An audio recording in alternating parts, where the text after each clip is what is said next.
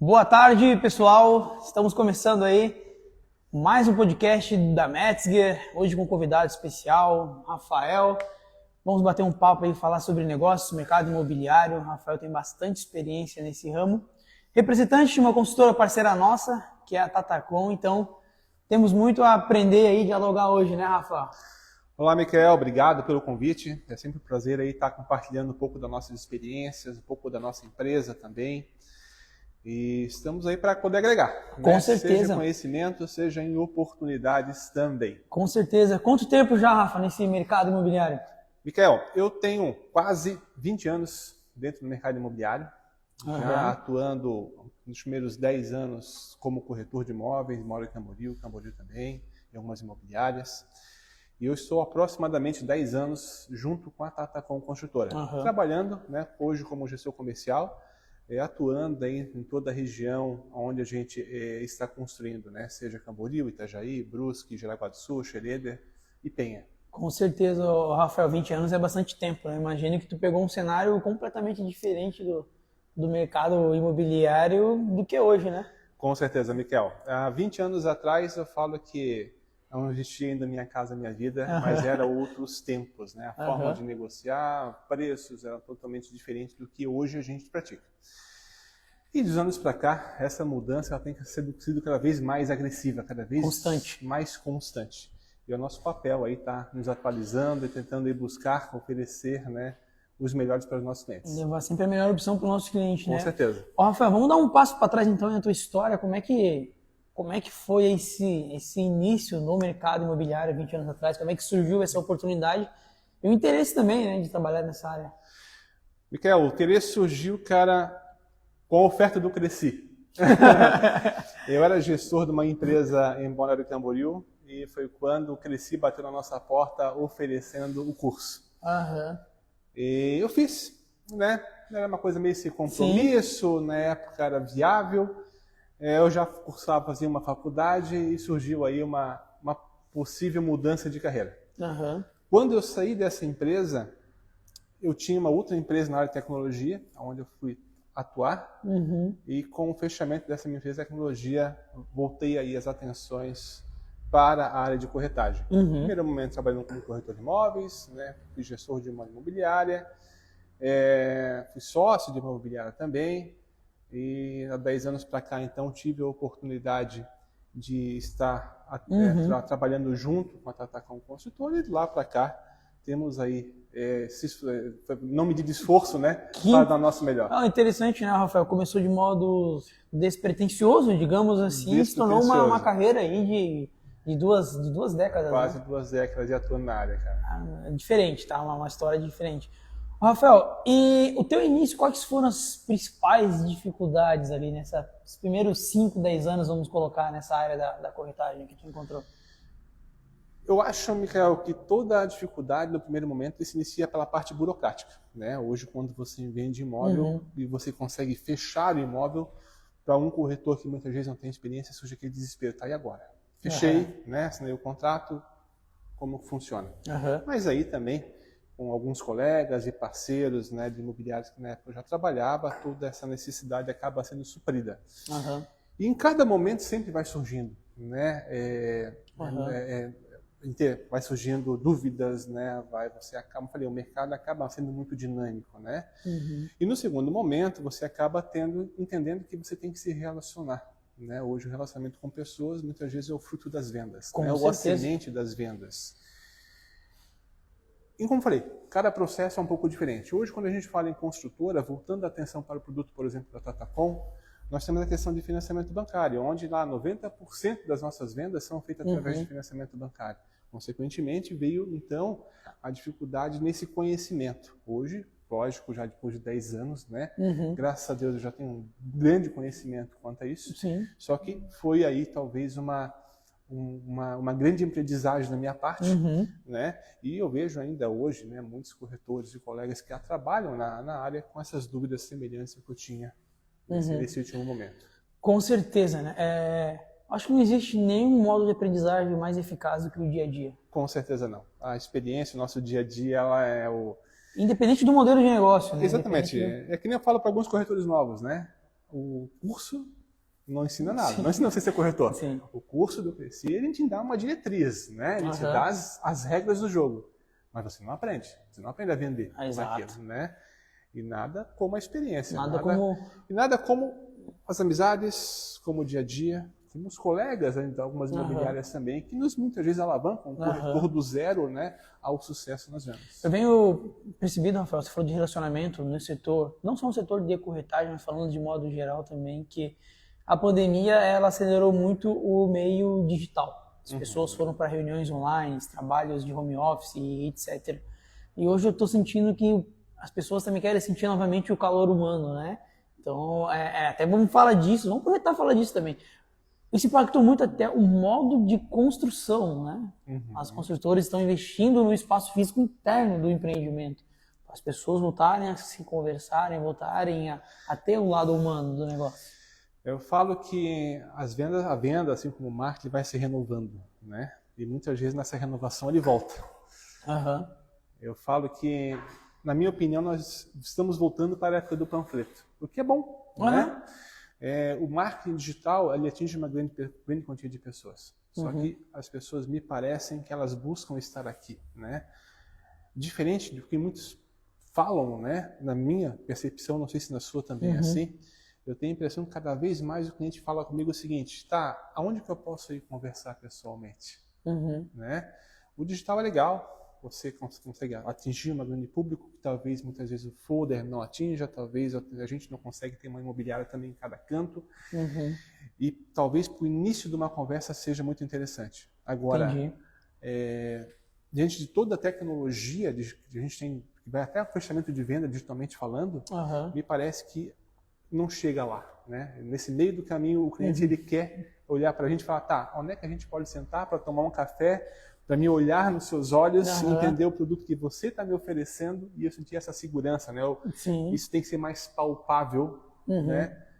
Do que talvez era alguns poucos meses ou um ano atrás, né? Exatamente. Em função da pandemia. Exatamente, né? E é um investimento alto, considerável, né? O meio digital ele é uma porta de entrada para ser gerada a comunicação, o interesse pelo produto em si, mas atendê-lo presencialmente, atendê-lo fisicamente ali, não acho que nada substitui. Até aproveitando, Rafael, eu queria te perguntar o seguinte: pegando o presente agora, quando você começou lá 20 anos atrás, quais são as principais diferenças no atendimento ao cliente que você sentiu? O que tu sente que de fato mudou na tua visão? Miquel, penso eu, em função da nossa região, talvez da nossa região especificamente, tá? Em função dessa nossa grande valorização, o que é um ponto extremamente positivo, seja para quem comprou antigamente, seja para quem está comprando agora, eu acho que a grande mudança é que, há anos atrás, o cliente sentava aqui, ele já sabia o que ele queria e o que ele podia comprar, talvez mais o que ele podia comprar, né? O financiamento talvez não era tão popular, me parecia ser muito mais claro que você com uma renda X conseguiria comprar um imóvel Y e assim por diante. Em função dessa grande valorização, eu sinto que nos últimos 2, 3 anos, muitas pessoas, em função da alta de preço, mudança de taxa de juros, me parece que isso hoje está meio... está sendo um pouco mais dificultoso. Muitas vezes a pessoa que tem uma renda boa, sabe que consegue comprar um imóvel bom, só que esse imóvel bom ela não tem mais na região que ela quer. Porque hoje o preço da região que ela quer está com um valor muito mais alto, né? Então acho que essa percepção de valores versus a renda, ela acabou mudando muito rápido e as pessoas hoje estão com essa dificuldade de entender, olha, a minha renda eu posso comprar lá, a minha renda não dá, né? Tá. Veja bem, não é uma questão, isso é uma questão que eu creio que seja muito local, né? Hoje, Camboriú, Itajaí, Itapema, ela tem tido uma crescente muito grande nos valores do imóvel e que muitas vezes dificulta, né, esse entendimento.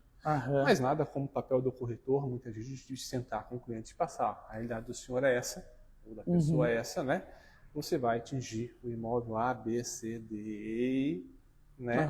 Dentro daquilo. Não, é excelente, Rafael, até é um bom ponto. Hoje a nossa região, o Vale do Itajaí, se encontra com o metro quadrado mais caro do Brasil, né? Um dos mais Então, mais quando a gente caros. vai falar de setor imobiliário, setor de imóvel, estamos falando de uma outra realidade que quem vem para cá ou quem quer adquirir um imóvel aqui, ele tem que ser contextualizado, Com certeza. senão ele leva Leva um susto, né? Leva um susto. E quando você começou, tu imaginava que a gente chegaria nesse ponto ou não? Não. Eu acho que ninguém imaginava, né? Eu nasci em Camboriú e como morador a gente fica feliz, né? Mas como corretor, a gente também fica assustado, né? Porque a gente vê imóvel em outras regiões que me parece que a gente realmente está numa realidade paralela, né? Paralela. Mas isso é bom seja para as pessoas que compraram lá, seja mesmo para as pessoas que estão comprando agora. Porque a gente sabe que essa valorização ela ainda vai perdurar durante muitos e muitos anos, né? Isso acaba sendo seguro e interessante para todo mundo. Com certeza, com certeza. E aproveitando, Rafael, esse gancho para falar sobre esse produto, ou melhor, né? Fala um pouco para nós, então, como é que você apareceu a oportunidade para ti de abraçar a Tatacom e de ser abraçado também pela Tatacom, como é que iniciou essa parceria? Fala um pouco da construtora para nós também.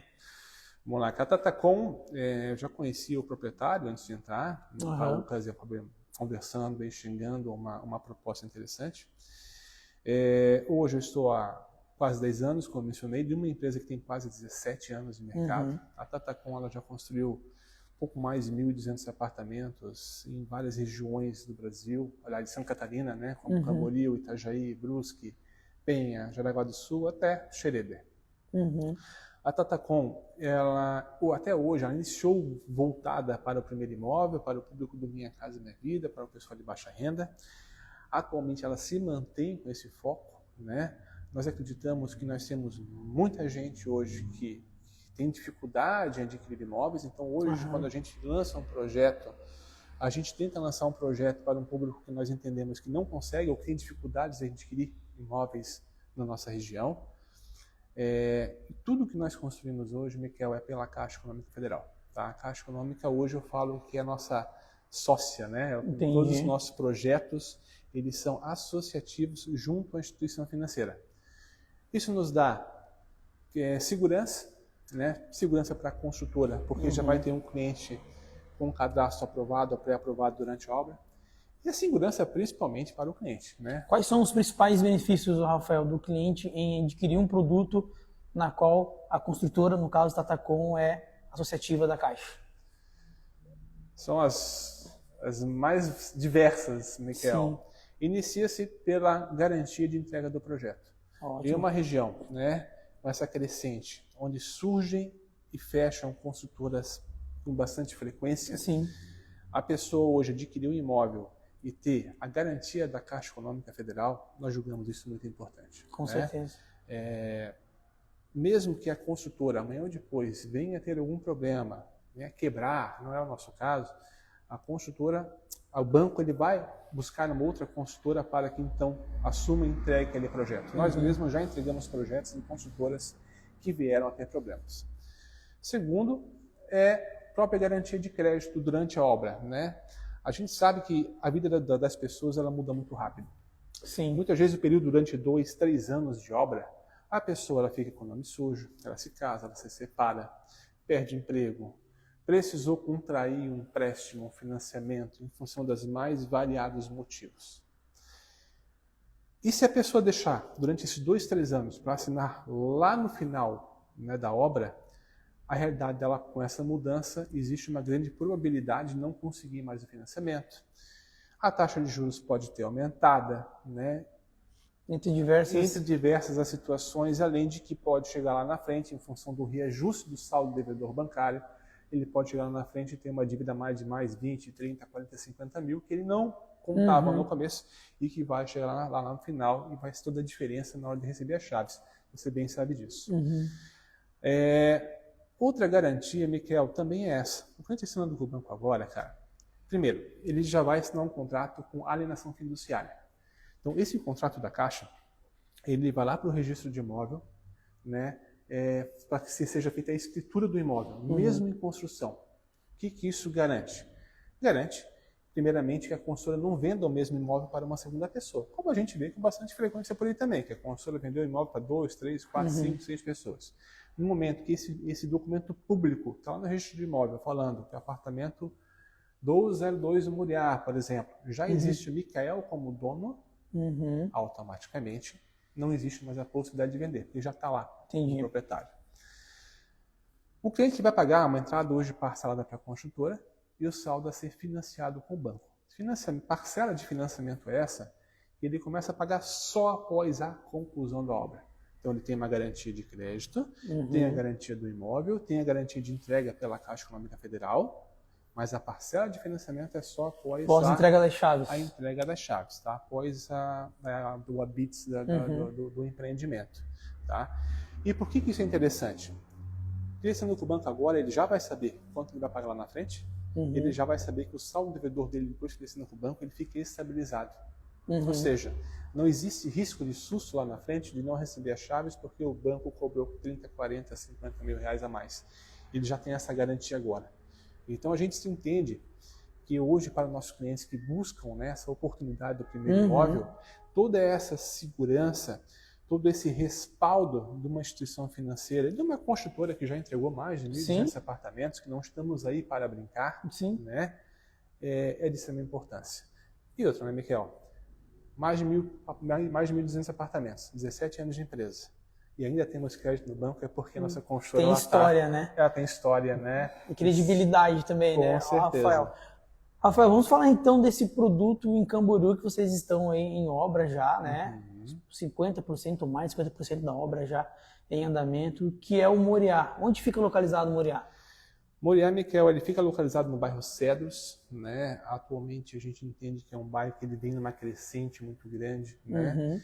É um bairro que hoje já tem mercados atacadistas, tal do Comprão, toda uma gama de comércio que nós acreditamos ser de grande importância hoje para quando você vai adquirir imóvel, né? Com certeza. Você busca essa proximidade do comércio para que você não tenha que pegar um ônibus, 10 minutos de carro, né, para comprar pão. Então a gente entende essa importância. Hoje é uma região que a gente sabe que ele vive de enchente. Sim. Né? E que tem tido uma crescente aí de 2, 3 anos para cá. Ou seja, nós lançamos ele no momento que o bairro estava iniciando um crescimento e acreditamos aí que nos próximos anos esse bairro ainda ele vai ter uma grande demanda. O Residencial Moriá, ele já está assinado no banco, né? Os clientes que adquiriram hoje já assinaram um contrato junto à Caixa Econômica Federal, os que deram tudo certo, né?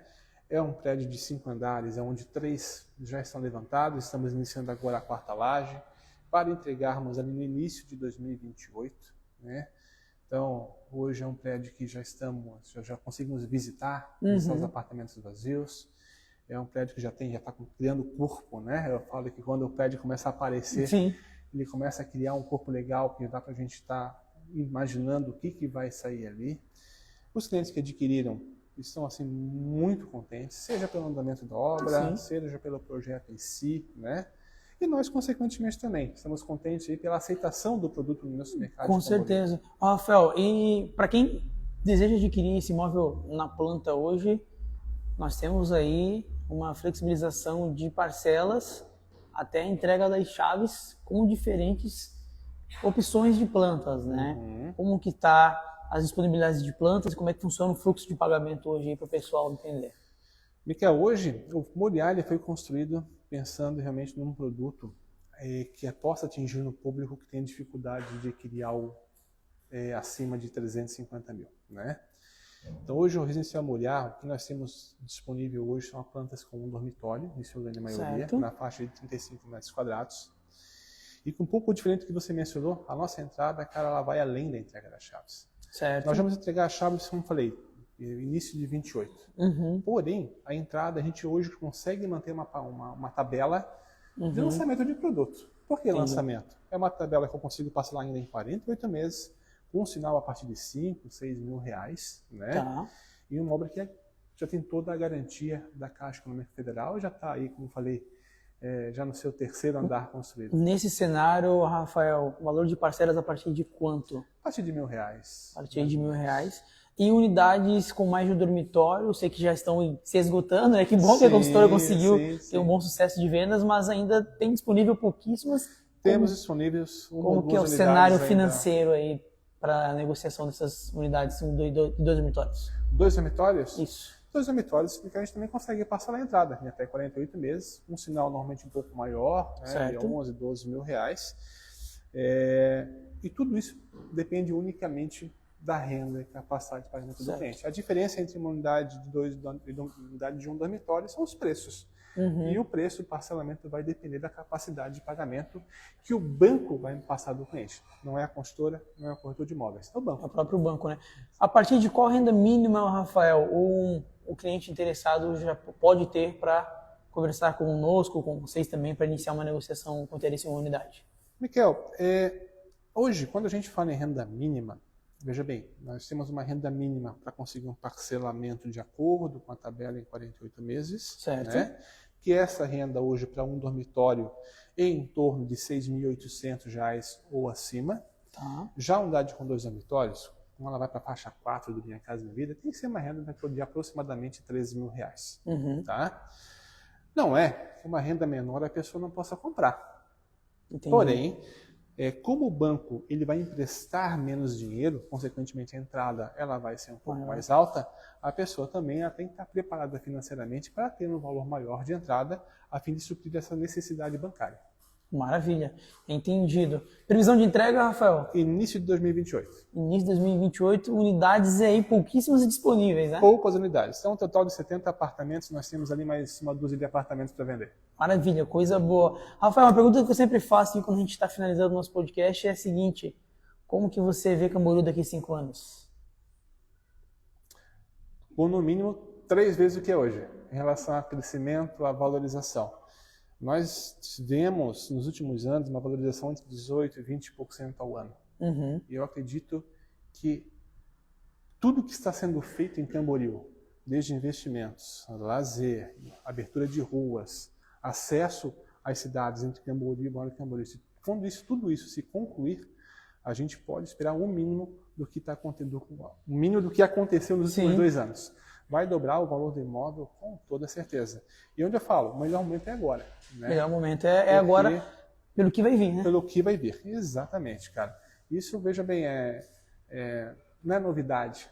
Sim. Não é papo de vendedor. Sim. Né? Eu falo que a gente, como corretor, a gente trabalha muito com o que aconteceu no passado, né? Para especular um futuro. Sim. E nós já temos um passado onde o imóvel dobrou de preço nos últimos 2, 3 anos. E nós estamos tendo uma situação na nossa região cujo investimento em estrutura, lazer e tudo mais está sendo muito mais do que foi há 3 anos atrás. Consequentemente, a gente imagina que o valor do imóvel ele vai ser ainda muito melhor. E como que o Rafael se vê daqui a 5 anos? Profissionalmente ou pessoalmente? Construindo mais uns 1.000 apartamentos. Coisa boa, maravilha. Rafael, muito obrigado pela tua disponibilidade aí de bater esse papo conosco. Com certeza agregou bastante, tanto pela tua experiência, como também pelas oportunidades aí que tu trouxe aí da construtora parceira nossa. Perfeito, Miquel. Eu que agradeço, né? Estamos sempre aí disponível para clientes, para parceiros, tá? A nossa intenção não é só construir e vender, mas é participar desse momento. Então, o que vocês precisarem de mim, da construtora, em todos os momentos da venda, saibam aí que a gente está sempre disponível. Maravilha. Obrigado, pessoal. Nos acompanhem.